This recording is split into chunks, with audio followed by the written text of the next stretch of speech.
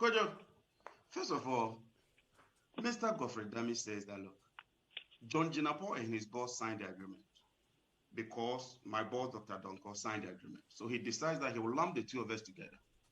But when it comes to the letter that his boss, the Attorney General, signed to terminate the agreement, he conveniently says that, no, I'm not part of it. Go and talk to only the Attorney General.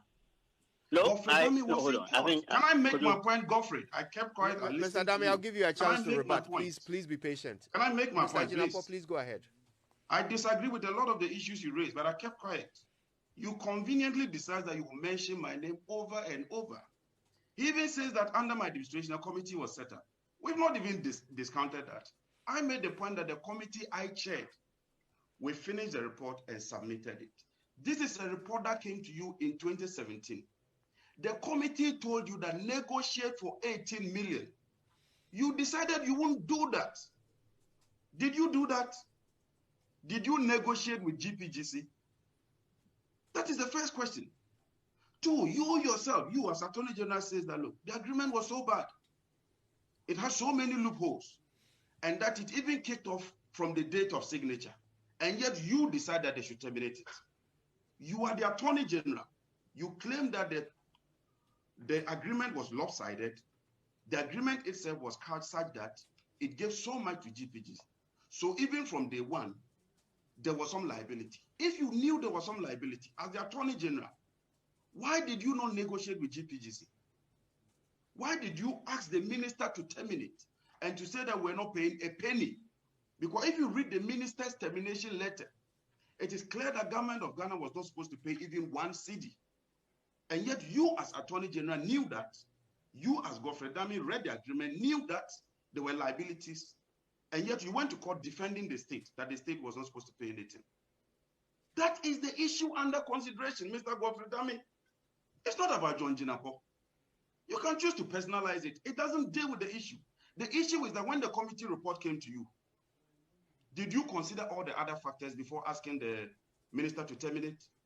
So you based your decision only on the committee's report and decided that it should be terminated. And yet even the committee's recommendation that negotiate and pay 18 million, you did not do that. And yet you think that John Jinapor should be held liable. Look, my brother, you said that there was failure to allocate land. You said that. And that government is a continuum. So if government is a continuum, why did you not work to ensure that the land was allocated? It's your duty. If you claim that government is a continuum, if government is a continuum, why would you decide that an agreement that has been approved by cabinet, that has been approved by parliament, you will terminate it? And he says that they brought their names to parliament. Let me put on record that it is false. And I want Joy FM to come to parliament and ask whether the minister submitted any names for termination. He only said that he has set up a committee. And it was clear that he has set up a committee. The committee is advising them to terminate some agreements. We asked for the list of the agreements. We asked for the names of those contracts. They were not submitted. Question number 2, Mr. Godfrey Dami, when you terminated the agreement, did you inform Parliament that you've terminated this very agreement? And where is that information?